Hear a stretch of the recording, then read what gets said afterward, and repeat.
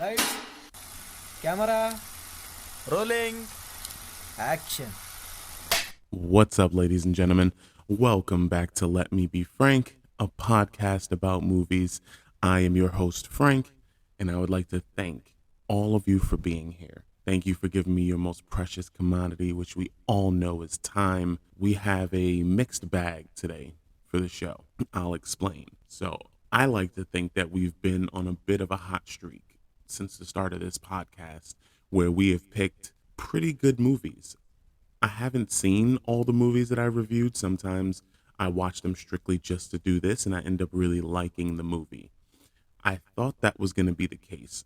The first movie we're going to talk about today has received a lot of criticism. I thought it may have been unfair criticism until I watched the movie. So, the first movie we're talking about today is The Watchers. And hold on, I'm going to look up the director because I don't want to just call her M. Night Shyamalan's daughter because that's not fair. I want to actually attach her name to this film. I should have had it already. What's her name? Aishna. I hope I'm saying that right. Aishna Night Shyamalan. So I thought that people were just kind of being unfair to the film until I actually sat and watched it. And you see, I'm still in the deciding phase. I don't completely believe it's a bad movie. I just don't think it was as good as it was intended to be. I definitely won't be watching this movie ever again. It's one of those I've already seen it, so I'm not gonna revisit it again. But we're just gonna go ahead and get into it, so you can kind of see what I'm saying, because it's a good. I can't even say it's a good movie. It starts heading in the good movie direction and just never quite gets there. So the movie opens with narration about a forest in Ireland. So yes, this movie takes place in Ireland. It doesn't show up on any map. It draws souls to it like moth to a flame. That is a quote out of the movie. While the woman is talking, we see a guy in a red coat running, checking behind him, and looking up at the sun. We can assume wherever he is, he needs to be there before it gets dark. That's kind of the impression that we're getting. He doesn't make it. He sees the same landmark twice, so he tries to climb a tree, but he falls out of it. He tries to climb the tree because he's hearing noises now.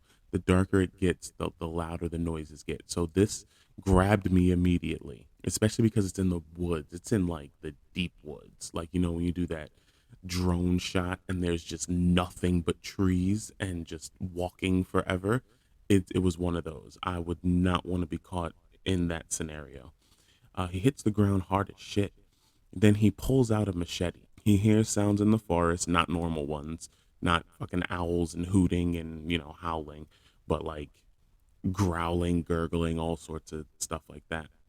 He sees something and he goes, impossible. And he looks terrified. And then he gets dragged off and he's killed off screen. We get the title screen. All right, our female lead, who doesn't have a name yet, she works in a pet shop in Ireland and is given an offer to drive a bird to a customer on the countryside. She takes the job to get some fresh air because her mom died 15 years ago that day. So she's kind of being I don't even want to say grumpy, but it's been 15 years. We'll understand later as to why she's still harboring such emotion for this day. Because normally around the 15-year mark, some people would have accepted, you know, the loss of a loved one, and it's kind of just more like a celebration and thinking about the happy memories. She still is holding on to something, and we can kind of tell. While she is at a gas station, gets a call from her sister Lucy, asking her about their mom's memorial service. And at some point, she has to let go of whatever happened. That was what her sister said. Mina's GPS takes her to the middle of the woods. The phone dies as well as the car. So, Mina is her name because her sister calls her that. That's our first introduction to who she is. She asks her, are you going to mom's service? And she blows it off. She doesn't want to go. So as she's driving, the GPS, which my GPS does this too, especially the one in my car, kind of takes you to like the middle of fucking nowhere and then says you've arrived and you're looking around like, no, the fuck I didn't. So It tells her she's arrived. She hasn't. And then out of nowhere, her car makes this weird noise and then dies, stops moving. So now it's just her and the bird in the deep ass woods. Now, I don't do deep ass woods, just so you know. That's not a me thing, okay? So the car dies. Now it's just her and the bird. So she tells the bird, we about to start walking. So Mia gets out and starts walking, but she starts hearing noises. She tells the bird that she is carrying that they are going back to the car. But when she turns around, the car is gone. Mind you, she didn't walk that far. She walked maybe, I'm going to give her, judging on the camera that they used, maybe like 400 feet, about that much. She didn't go that far. She hears noises. She hears someone run by her and starts to follow them. Just a rando person just walked behind her. She sees it's a woman who continues to run after Mina sees her, leading her into the underground bunker entrance. The woman tells Mina, if you want to live, bring your ass. She doesn't say it like that, but that's pretty much what she said. And the woman literally starts counting down from 5. She goes 5, 4, and then Mina has no choice. She just has to haul ass because she has no idea what this person is doing. After she makes it inside, she meets 2 new people, plus the woman that led her down there. Madeline is the woman that led her down to the what they call the coop. She is joined by Daniel and Sierra. Madeline says they don't have much time and they need to stand up because they would be interested in someone new. Mina has no idea what she's talking about. She looks scared as hell. So they stand in front of this mirror. It's like a one-way mirror, so that whatever is on the other side of the mirror can see them, but they can't see what's on the other side of the mirror, which I am not completely comfortable with. But in this situation, I think you're just going to kind of have to suck it up and do it, right? So they stand there and they say that the creatures will be interested in someone new. So they stand there, they can hear noises, but they're told to not move. When the sun rises, they open the door to go outside. Mia runs off and tries to escape. Madeline tells her that the others have tried and failed. They tell Mina the rules about being in the coop. Instead of telling her the rules in a calm manner, they repeat the rules verbatim in unison, which makes it 10 times creepier for absolutely no fucking reason. The way they tell her the rules is mad creepy. I'm watching it like you don't, when you're trying to get someone to not fuck this system up, you want to tell them things as calmly as possible to reassure them that we will try and find a way out. But instead, they literally all look at her, stop what they're doing, and in unison repeat the words at the exact. It's crazy ass creepy. So I don't know why they decided to deliver this message that way, but the situation is stressful enough without them adding to the fucked up ambiance. But essentially, you can't turn your back on the window at night and you can't open the door. As long as you follow those rules, you'll stay safe, relatively safe. Later that night, she goes up to the glass and starts to tap on it while everyone is sleeping. She goes to lay down with her back facing the window, and all of a sudden, they start banging on the window. Madeline stands her up and faces her towards the window and tells her that she'll be fine. They just want to see her. Yeah, see, this is why you don't tell somebody rules and make it fucking creepy. The next day, Mina and Daniel go into the woods since they lost Sierra's husband, John. He is the only hunter. Daniel is the only hunter because John is gone, which I think we can assume that John was the guy from the beginning. They're talking about Madeline and whose rules, and for whatever reason, Mina does not believe in the rules. She just decides she wants to do whatever the fuck she wants to do, even though she doesn't know anything about this situation. So she takes Daniel to a burrow. A burrow is where the watchers hide while the sun is out. It is also against the rules to go there. So when they get there, Daniel brings a rope and Mina looks down into the hole. And she asks Daniel if he has ever wondered what they were. Mina goes down into the hole and finds a bunch of things that have been left behind by other people, including a bike, which gives her the fantastic idea of using the bike to try and get the fuck out of there. So her and Daniel haul all that shit up, along with like some keepsakes like teddy bears and stuff like that. She was told that it was taking too long on foot to try and get out, but a bike might make it faster. That's her thought. She brings up a flashlight and a couple of other items. Madeline asks if she saw anything that day that scared Mina, but she lies and says that she didn't see anything. Dissension starts to break this already fragile group. Daniel ends up locking Madeline and Mina out of the coop.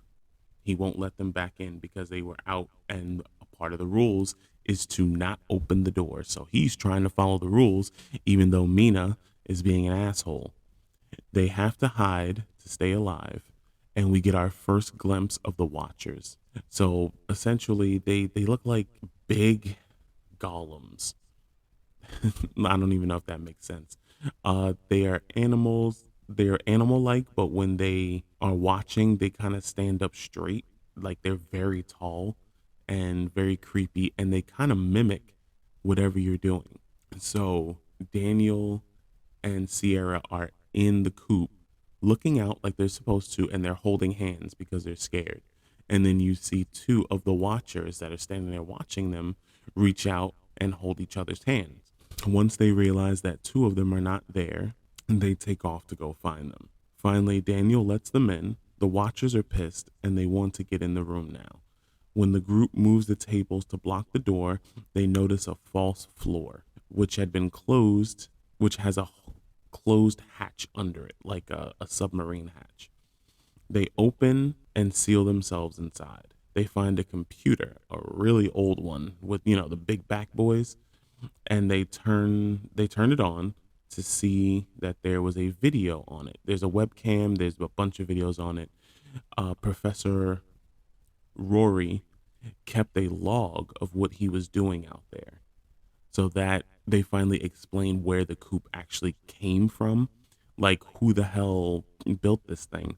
It was Professor Rory. In the final video, he gives them a way out of the woods. They just have to hope that it still works. What he did was he left a boat for them to go to. The next morning, they go up to find the room they were living in for months, and Madeline tells them it's time to go to the boats. So when they go upstairs the next day, the room they were staying in that the Watchers were watching is completely destroyed. They broke through the glass. They destroyed everything inside because they wanted to get to them because they didn't follow the rules. But they have a way off, and Madeline is like, hey, it's time to go. They kind of have an uneventful walk through the woods. We can tell it took a long time, but nothing really happened. They discover the original place where the Watchers were being held. They finally make it to the edge of the forest, and Daniel and Sierra start to celebrate way too early. It's like dancing on the 2-yard line. Then someone calls out to Daniel, and it ends up being John, but it's not really John. Daniel dies in front of the group, but the other 3 make it out thanks to the boat that was left by Professor Rory. Mina goes to the college where Professor Rory taught, and his office is still in mint condition. It's never been touched, nothing's ever been moved. She discovers that his wife had died several years before he went. He found a Watcher and tried to bring back his wife by having the Watcher mimic her, which is fucking weird. So the woman that had been protecting them for as long as this movie's been going on is not actually a person, but she's a Watcher who's taken the form of a person that is able to walk in daylight because her parents were half human, half Watcher. Madeline launches an attack against both Sierra and Mina, but Mina convinces Madeline that they don't have to be alone anymore and that there are more out there like her, that she just has to go and find them. And for some fucking reason, this works. So this scene is very action-packed. There's a lot of fighting. There's a lot of chaos. And then Mina just simply talks to her, gives her a couple sentences, and this angry beast suddenly calms down. Mina says you she can still feel someone watching her as she goes about her regular life. She assumes that it's Madeline when then Mina reconnects with her sister Lucy and her two children. The camera pans out the window once Darwin, the little yellow bird she's been carrying around this whole movie, lands on the windowsill, which we've been seeing a little girl standing outside the window, which we know is Madeline. She turns and looks at the camera with no expression. Fade to black, end of movie. Definitely could have spent my time better, and that's literally in my notes. The movie never got there for me. I guess some people may like this movie. I just felt like it was going somewhere and just never completely got there. I would give this movie like a 2.5 because, like I said, I always give credit for creativity. I've never seen a movie like this. I guess she drew references from the Chingaling. I hope I'm saying that right, but it's an old film. It kind of gives me like Invasion of the Body Snatcher type vibes, except they're not snatching bodies. They're more trying to mimic, or like the movie Mimic from I believe is the 90s. I want to say like 94, 95. But yeah, this movie didn't do it for me. Kind of felt like it wasted my time and it never really got going. It would start and then just stop. So there we go. That is The Watchers. If you want to check it out, it's on HBO right now. I highly encourage you to always watch movies that I review because just because I didn't like it doesn't mean you won't. We're going to go ahead and move on to an unexpected movie. So I watched the trailer for this because I thought I hadn't heard of it before. But after watching it, I would say like a day later, it ended up hitting me where I heard of this movie before. And then I should have remembered what kind of movie it was. And the next movie we're going to talk about is Straw Dogs 2011. There isn't an original. I couldn't find it available for me to not have to pay for. This movie is on Hulu right now. Straw Dogs 2011. And let me pull up my notes and we gonna get right on into it. All right. Movie starts with a deer taking one in the dome from a hunter. We don't get to know anything about the hunters. We just see the reflection of the gun in the deer's eyes and then a gunshot. Then we transition to the next scene, which is two people driving in a retro Jaguar, listening to old music, having a good time driving down a country road. The couple has just arrived in Blackwater, Mississippi. You will not catch me anywhere near a place called Blackwater, Mississippi. They sit in the diner and they meet their first creepy guy. So I just want to say the atmosphere of this movie is great because from the moment they step foot in this fucking town, there is this uncertainty. There's this unease in the air. Because imagine unless you live in a place like that where you can kind of blend in with the locals, when you walk in, you automatically feel out of place and nobody helps you fit in. Apparently, he knows the female. Her name is Amy, but she seems kind of uncomfortable around him. It turns out that these two used to date when they were in high school. Her now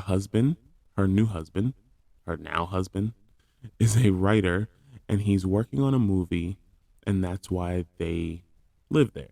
I think our writer is starting to regret moving to this shithole town. That's the look he gave. The vibe in the place is extremely weird. David, the writer husband, hired Amy's ex-boyfriend to fix the roof on their shed. They show up really early, which kind of irritates both of them. And that he doesn't like the fact that they just come in his house, sit down and just do whatever they want. So I don't know if this still happens anywhere, but these guys, they're working on the house and they're not in the main house. They're like just across from it. But these guys just kind of walk around as if they fucking own the main house. They just kind of walk in, open the dude's fridge, grab a beer. He's trying to be the nice guy, I guess. and he's not really saying anything. It's bothering him, and he's talking to his wife about it. She wants him to go talk to them about it, but he doesn't come off as that kind of person. All of these other guys come off as like, I hate using alpha male because I think alpha males are fucking stupid, but it gives that situation where he's trying to be passive, he's trying to be nice, and yeah. They have an awkward interaction when he does go to talk to them, and he kind of backs down. David does turn out to be kind of a dick. Amy expresses the way she does not like them looking at her and treating her like a sex object, and David blames her. So I'm going to give some context to this scene. She is out jogging when the guys are coming in to fix the roof. She's wearing very short shorts, a spaghetti strap shirt with no bra, and she is covered in sweat because it's summertime in Mississippi, so I'm assuming it's hot as dog shit. And the guys are already on the roof. They kind of like drive behind her for a little bit, then they shoot past her. They're working on the roof when she gets done with her run.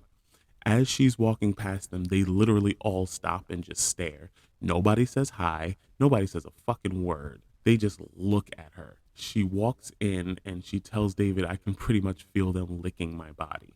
And instead of David going out and saying, look, guys, my wife is uncomfortable when you do that, blah, blah, blah, and try to reason with them or just tell them not to do that shit, he says, well, maybe you should cover up more. And she's like, I dress like this for you.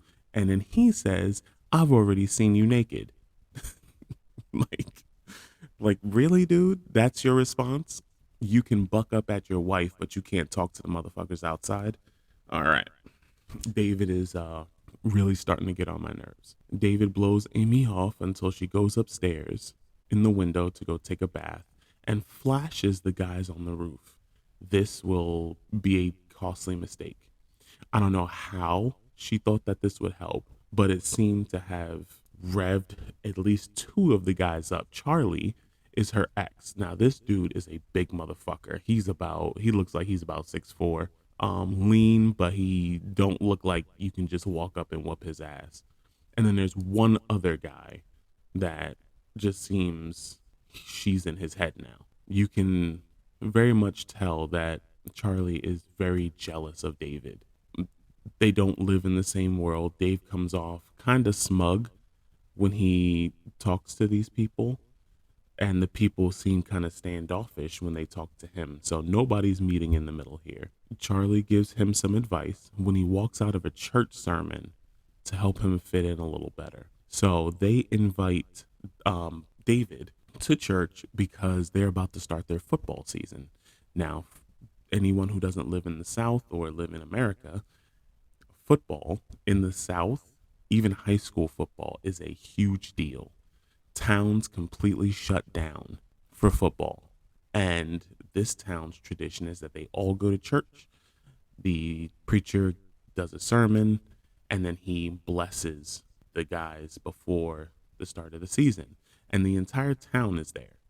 So instead of just sitting there and just dealing with it because he decided to go, David, he gets up during the sermon. Nobody else is moving. This motherfucker gets up and walks out. I don't understand why you would do that, because as a preacher, I would be slightly offended, especially if you are the only one, and he waited until that part started.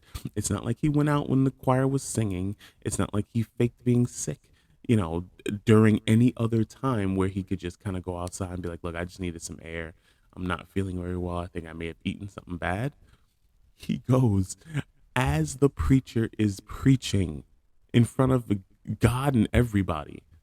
I'm not saying not to walk out of a church sermon, but you could have picked a far better time to do that to where you're less obvious. And that's when David comes out and talks to him about it. I mean, that's when Charlie, comes out and talks to him about it. A lot of names here. After Amy gets into an argument with someone at the football game, her and David go home. David starts to jump rope, like I'm assuming he does every night. David says he's going to work and goes in the closet to find their cat, strangled and hanging by its neck. Amy lifts up the floorboards and grabs a gun because she said the next time they will go further.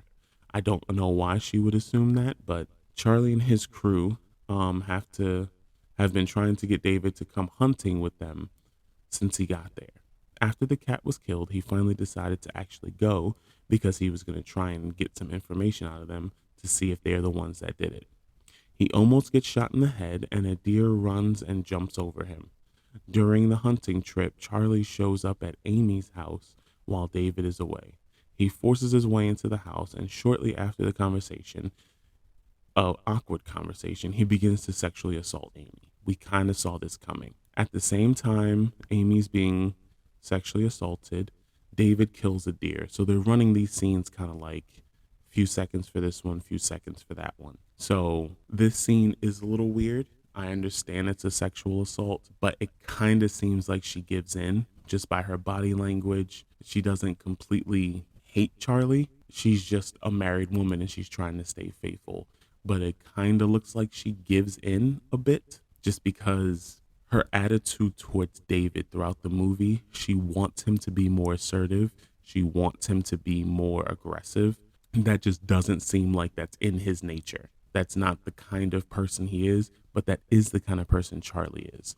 Now, after they get done, because she's still telling him no, she doesn't want to kiss him, and you can clearly tell that she's not happy about the entire situation, music starts to play in the background, like somebody turned on music.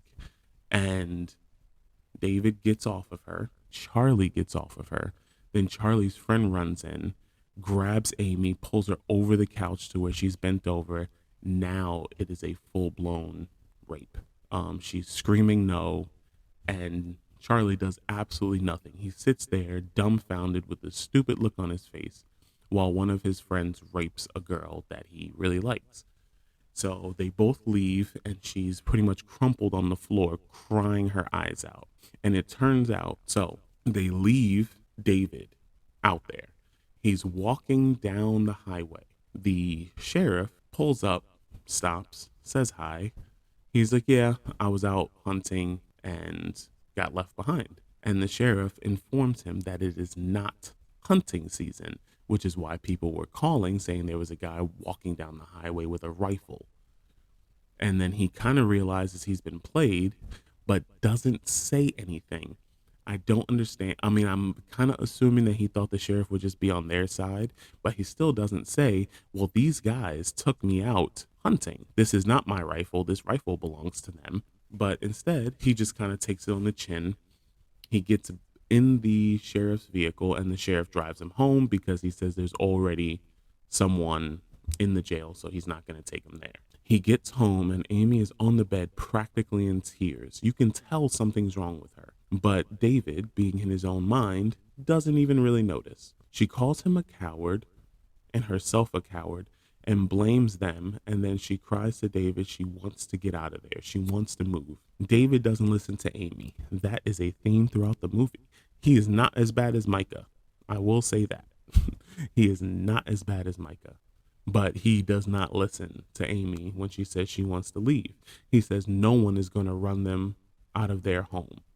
The next day, David plans on firing the crew because he's not happy with the work. I think the roof was supposed to be done in like 2 weeks, and it's been way longer than that, and it's still not done. Amy tells them if they're going to stay, they're going to do what everybody else does on a Friday night, and they're going to go to a football game. And they take a different car. She's already dressing very differently. So this point in the movie is where everything is about to change. Amy, who we're used to seeing in short clothing, tight clothing, she is now dressing like Marcy Darcy from Married with Children. She's wearing long baggy pants. She's wearing a long sleeve shirt, and it's hot ass weather. She's also won't hold David's hand at the football game. They're at the football game, and Amy is having flashbacks of the assault.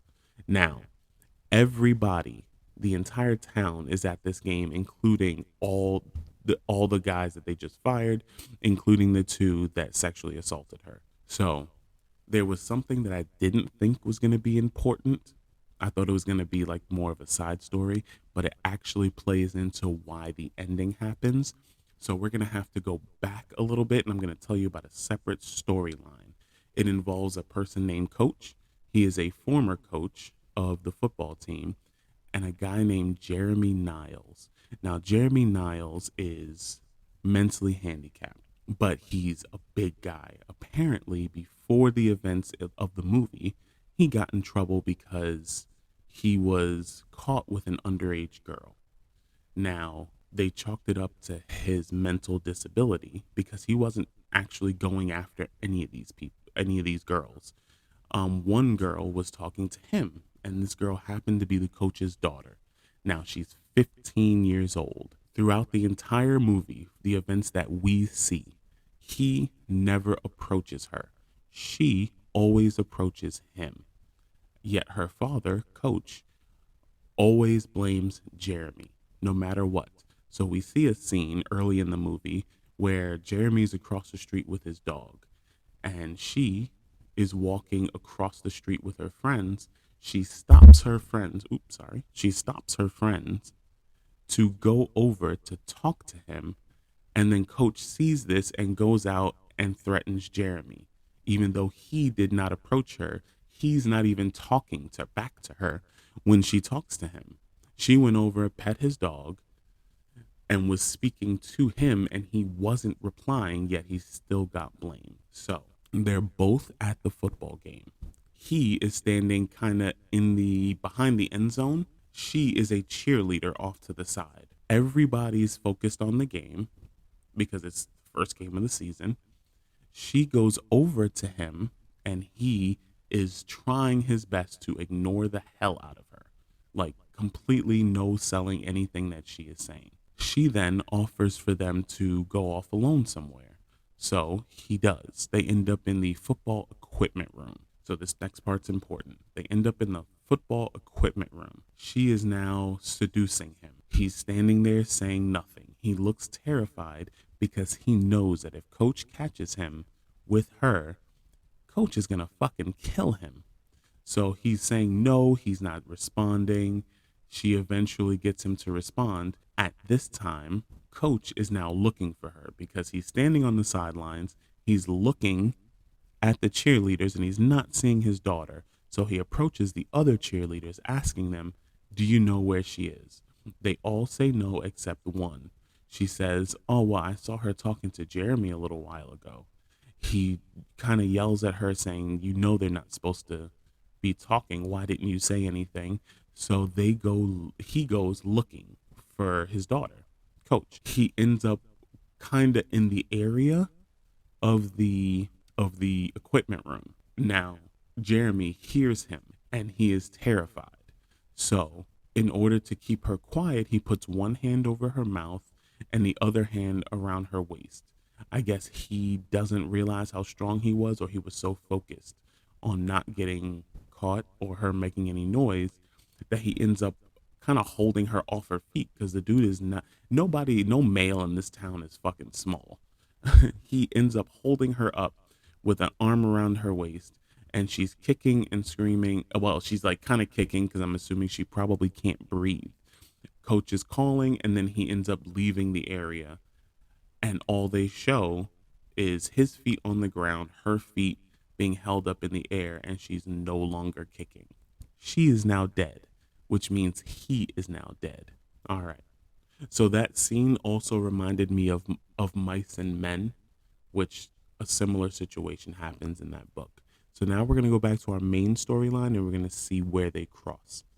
Amy is visibly shaken. David finally notices that something is wrong with her and asks her if she wants to leave. She says yes, and they do. Coach approaches Charlie to go look for Jeremy and Janice. That's his daughter's name. At the same time, Amy and David are driving home. Jeremy walks into the street and David fucking blasts this dude with his car. He didn't see him. Jeremy just kind of walked into the road. This is where everything starts to go off the rails. Charlie has a scanner in his truck and hears that someone named Niles had an accident by the Wilcox residence.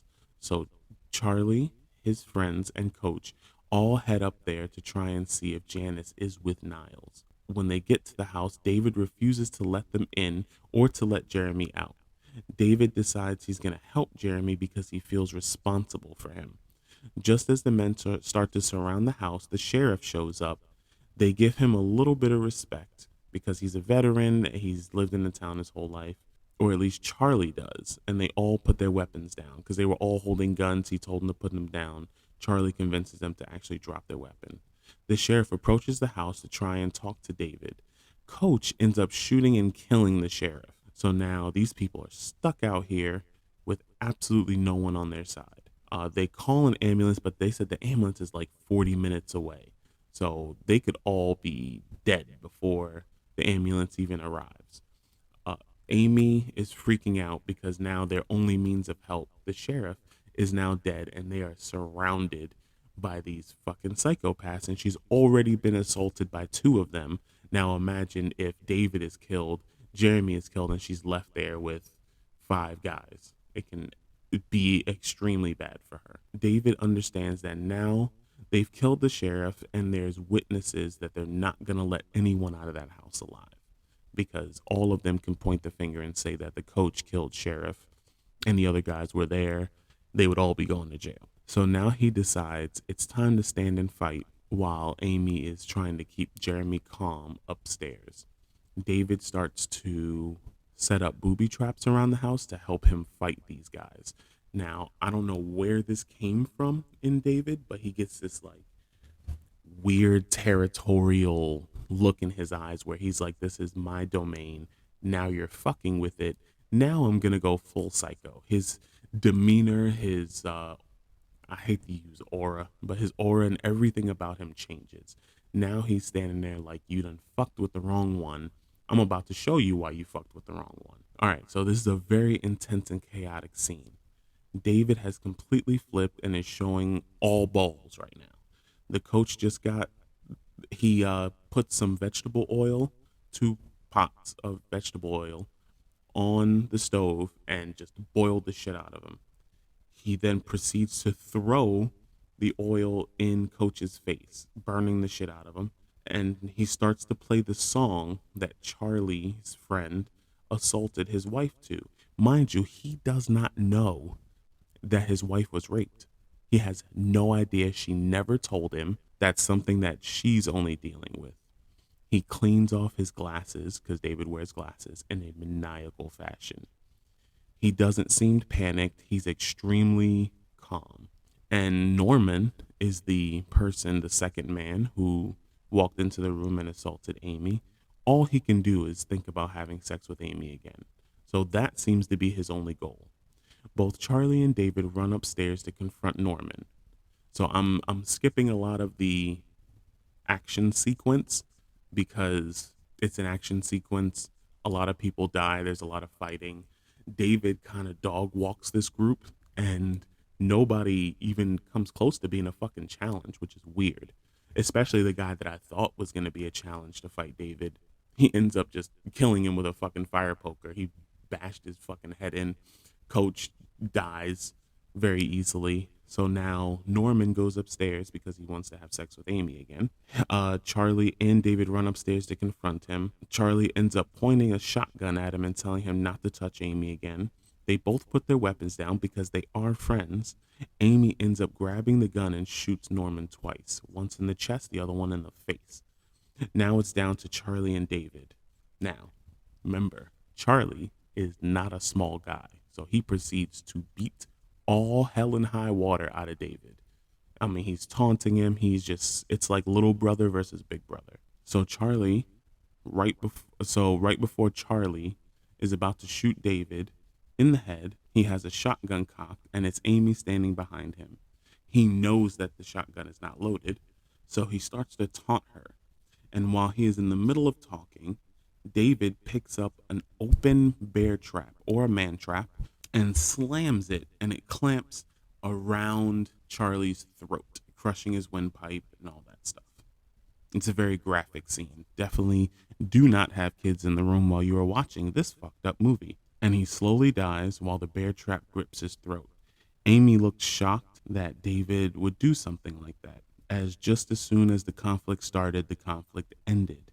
David still has no idea that these men assaulted his wife. David looks around the house at all the carnage and death, and he says, I got them all. David seems like an undercover fucking psychopath. David goes outside to look at the burning shed in his car. As the credits start to roll, you can start to hear sirens in the background. They showed up too late. And ladies and gentlemen, that is Straw Dogs. I highly recommend, if you are not sensitive to sexual assault, that you should go and see this movie. It is insane. It is definitely a wild ride. The tension, when I tell you, you can feel it through the screen. You can feel tension throughout the entire movie. The score is great. Them being so isolated when they're home and this whole assault begins, it feels very isolating. You know that there's no help coming, and you know that something has to happen, or else, I guess, I don't even want to call them the good guys, but our main characters, Dave and Amy, are gonna die if they don't do something. But this movie is definitely not for the squeamish. I would proceed with caution when watching it. So I watched the trailer first because I couldn't remember where I heard of this movie from. And the trailer gives zero indication that there's going to be a long ass rape scene in this movie. They do not tell you so. I didn't know it was happening until it started to happen. And I was like, oh, are we going to do this? And then they just went full board with it. And just, holy shit, okay, that's. And then the fact that he never finds out is what blows my mind. All of this stuff happens, and he never, as far as the end of this situation, he may find out after the credits, but during the film, he never finds out what happened to Amy, which sucks because now she has to go through this not only physical trauma, but this mental trauma by herself, and knowing that David would possibly blame her because of the way she dressed, which is asinine. It's not her fault. She should be able to dress how she wants without people physically assaulting her. But there you go, ladies and gentlemen. Straw Dogs. I recommend it. I do not recommend The Watchers unless you have just an abundance of time. If you're on a plane or something and you just want to see if, this guy from the podcast knows what he's talking about, just go ahead, enjoy. But ladies and gentlemen, I want to thank you for being here. Thank you for giving me your ear. That's going to be it for today. Next week, I got some bangers. I got 2 bangers I'm excited to get in to record. But as for this week, the show is over. I want to thank you for being here, and I'll see you next week.